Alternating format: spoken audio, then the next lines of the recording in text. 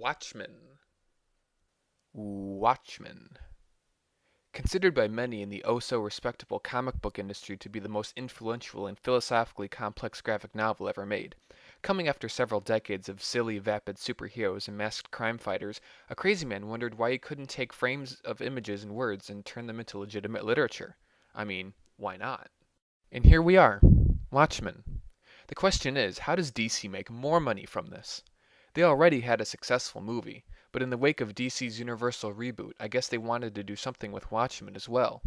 They couldn't do a reboot. It's too precious to us. It would cause literal riots. DC did the smart thing. Create stories with Watchmen's characters, but write stories that don't touch the events of the book. So they created these series, the Before Watchmen series. And, yeah, they are a thing. A thing that exists. For better or for worse. So how did they do? I can organize the different series like this. A spectrum of quality. They're all written and illustrated by different people, so it's a mixed bag. It's like Halloween for comics. Let's hope we don't end up like Hollis Mason.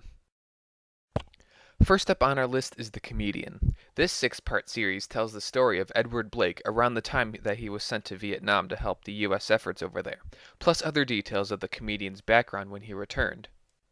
I know Brian Azzarello is a well-known writer and all, but these books are almost entirely indecipherable. I see that there are drawings of people, and there are words and bubbles that show the words that they're saying. Should I be able to connect these panels of drawings and words into a sequence that implies some sort of narrative? Because I can't. Why is the comedian taking orders from Jackie Kennedy? She's a woman. Blake is a sexist asshole who disrespects all women. So they're taking acid in Vietnam to pass the time. What else is happening? People are being killed. I think there's a betrayal. Some guy goes AWOL.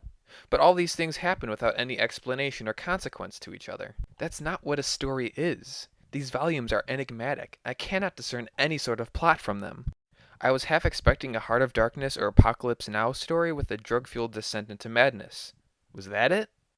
Then what do the Los Angeles riots have to do with it? This is a true disappointment, not from anything concrete. I'm seriously unable to find a story in these pages.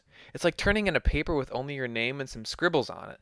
If I want to be vexed by a story, I'll go watch Paprika. Slightly better than the comedian books is Night Owl.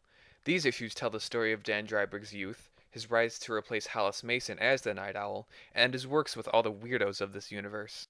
Dreiberg's youth is done passionlessly. Remember how he talked about how he was into mythology and ornithology in his youth? That's not here. Then later on he meets Rorschach. Like, he just met him? One does not simply meet a guy like Rorschach. You could probably make 4 comics about how a sane person like Dreiberg met and teamed up with a psycho like Rorschach, but instead we're told about his adventures with the Twilight Lady. Remember her? She's only mentioned in the book. So they made a story about her. The story itself about disbanding the prostitution ring isn't too interesting. I was way more interested in Rorschach's involvement with the church. The banter between Night Owl and Rorschach is there. Their characters are intact, but there's nothing else going on here. For whatever reason, DC made a dollar bill book. Just one. It's the life story of Bill Brady, aka the Dollar Bill from the Minutemen. The original book said so little about him. A football star turned actor turned unwilling crime fighter. It's kinda cool seeing his perspective on things, but he's an average plain guy who doesn't do anything significant for this world. What's there to write about? It's like writing a story about Hogwarts wizards and witches, but telling it from a muggle's point of view. I don't care about this idiot, I want to see the cool people doing cool things. So this book is ultimately pointless. It doesn't tell us anything new, nor does it go about it in an interesting way. The 2 issues on Moloch the Mystic are a little better. Edward Jacoby grew up as a freakish and ugly kid in the rural United States. In his youth, he was ostracized for his repulsive appearance. Then he discovered the wonders of stage magic, where someone can be ugly and appreciated at the same time. He becomes a well-known performer and eventually gets caught up in the underside of show business. Then Adrian Veidt comes in and redeems him. Lots of religious stuff going on here. The second book deals with him working for Veidt Industries. It's nothing you haven't read before. Nothing to spoil, really. There's nothing really wrong with Moloch's backstory. It's very safe. Very sterile. It's like a colonoscopy. It's a comic book colonoscopy. Now, how do you write one-off stories about the biggest badass in all of Watchmen? And by badass, I mean a sociopath who butchers dogs and bites off people's faces. We already know Walter Kovac's backstory and his death. These books do the smart thing and show us just one of the many vigilante undertakings of Rorschach in the years when he was hiding in the New York underworld. It's basically street vagrant Kovacs going to Gunga Diner, followed by Rorschach taking down a crime boss named Rawhead. It's not a very heavy story, nor does it carry the atheistic themes that we've come to expect from Rorschach. It's just a story. It's nice seeing the guy in action. The art is gritty and full of disturbing detail. That's how Rorschach sees things. This art style suits the main character. It's like they thought this through. These books follow Laurie, the daughter of Sally Jupiter, before she eventually takes up the gauntlet and becomes the Silk Spectre. Like Rorschach, we know everything we need to know about Laurie. There's nothing left to say. This series spends its time with teenage Laurie, who becomes so angry at her mother and having to live up to her questionable expectations that she runs off with her hunky new boyfriend Greg, and they meet a bunch of hippies. And they go on hippie adventures in San Francisco. Because if there's one thing that Team Fortress 2, Men in Black 3, and Across the Universe have taught us, it's that having something take place in the 1960s makes it infinitely more classy. The story of Laurie and Greg and their hippie commune isn't very convincing on its own. I mean, there are these cool people with card symbols on their faces. They could have been cool if they had a context. The series is very good at emulating the original book's use of visual cues, metaphors, and even the same way that the chapters end. It feels like I'm reading Watchmen. The use of characters in this book is honest, but it's spoilery, so I won't go into it. The series invents its own visual items, too. All in all, I enjoyed this series. It's creative. Not great, but it's nice. Like a plate of cookies. I could go for some cookies right now. Fresh baked chocolate. The first before Watchmen series to be released was The Minutemen. It's Hollis Mason's reflections on being Night Owl and knowing the other crime fighters while he's writing under the hood. I can explain why the series is so good just from the opening. The first 3 pages are Hollis Mason trying to write a deep and meaningful segment of his book, but he can't quite do it. He admits he shouldn't try to go all philosophical and should just be himself. When you think about it, this is the writer telling us, the readers, that he isn't going to try to emulate Alan Moore's writing style. He's just going to write it and do it his own way. Because you can't out Alan Moore. So instead this series is going to be original and tell a different kind of story. I like when things are new and different. It keeps us from getting complacent. Variety is the spice of life and whatnot. The rest of the volumes are about Hollis Mason looking back on his old crime-fighting companions. We learn more details about characters like Captain Metropolis and the Silhouette. We hear about the Silk Spectre and the Comedian, but since that story was already told, this series doesn't spend a lot of time there. Instead, we learn about the early adventures of the Minutemen HQ being a converted malting factory, and the true life of Ursula Zant. We never knew much about her in the book, just that she was a lesbian and was kicked out of the Minutemen because of it. Here we learn that she was a refugee from Austria when the Nazis were about. She escaped to the US and kept fighting against human trafficking and child pornography rings. She becomes a sympathetic character, something I didn't think would happen. It's also interesting that the comedian's half-chapter story in the Pacific during World War II is far more engaging and true to his character than the entire Comedian series. The whole art style is very well crafted. The stories take place in the 1940s and 50s, a simple time often viewed with nostalgia and warm memories. So the illustration is simple, low in detail, and with wide expressions, just like old comics.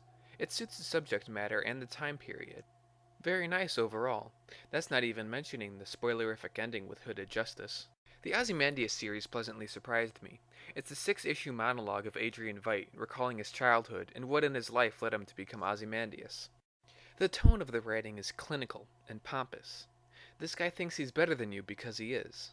He embarks on a journey across Europe and beyond, just like Alexander of Macedonia, or Alexander the Great as you know him. He discovers his calling, returns to the US to build his fortune, and date a redhead. The story beyond that is predictable, just showing us the events leading up to Watchmen from Veidt's perspective. Plus we get to see him fight crime. That's fun too. No new information here, just more art that, like Minutemen, is designed to match the character. This Ozymandias series is drawn like old Greek pottery, like mostly two-dimensional images divided by circles. Unlike Night Owl series, Ozymandias tells us a story that we didn't need to read, but presented it in an interesting, fashionable, and memorable way. And there are plenty of smart visual cues to keep the true fans happy. Great art style, good writing, honest characters. I think we have a winner here, folks. An actually good comic. Moving on to our final series. If there is one part of this whole Before Watchmen business that you read, it's the 4-part Dr. Manhattan stuff. Seriously, it's great. Like Chapter 4 of the original book, this series is not a story per se, it's the inner monologue of the Big Blue Guy as he explores the workings of the universe. Dr. Manhattan is famous for divining the lack of structure and order in our world, a watch without a maker. This time around, he's tackling a different item. What's inside the box? Quantum physics and the idea that separate possibilities can all exist at the same time until they are perceived by a viewer. Also, it turns out that the thing that he builds on Mars is actually a clock that he received for his 9th birthday. Huh. That's cool. For 4 issues, Dr. Manhattan travels to different times of his life and watches the separate eventualities hypothetically unfold. A time in which he was never killed at the Gila Flats lab so that he's able to marry Janie Slater, or a universe in which he teams up with Rorschach instead of Laurie at the Crime Busters meeting, or a universe in which he was killed as a child in Germany. In my opinion, this is the best way to approach Before Watchmen. Don't even tell a story. Explore these characters. Explore their minds. They're complex, conflicted people. They shouldn't be resigned to witty, adrenaline-fueled action sequences. This series gets it. It honors the original while creating something cool on its own. And from a project like Before Watchmen, I couldn't ask for anything more. So let's review. What the hell are you guys doing? Do your homework. Not sure why they made it. Not too bad. Decent, but appropriate. Nice. Very good. Impressive. Damn good. At the end of the day, DC didn't do too much damage. Unlike another property I could think of. And at least they didn't pull an M. Night Shyamalan. They handled this series with dignity, with an understanding of how important this property is in the eyes of the fans. Plus I had an excuse to go to my local comic book store. So everyone wins. One last note to DC. Quit while you're ahead.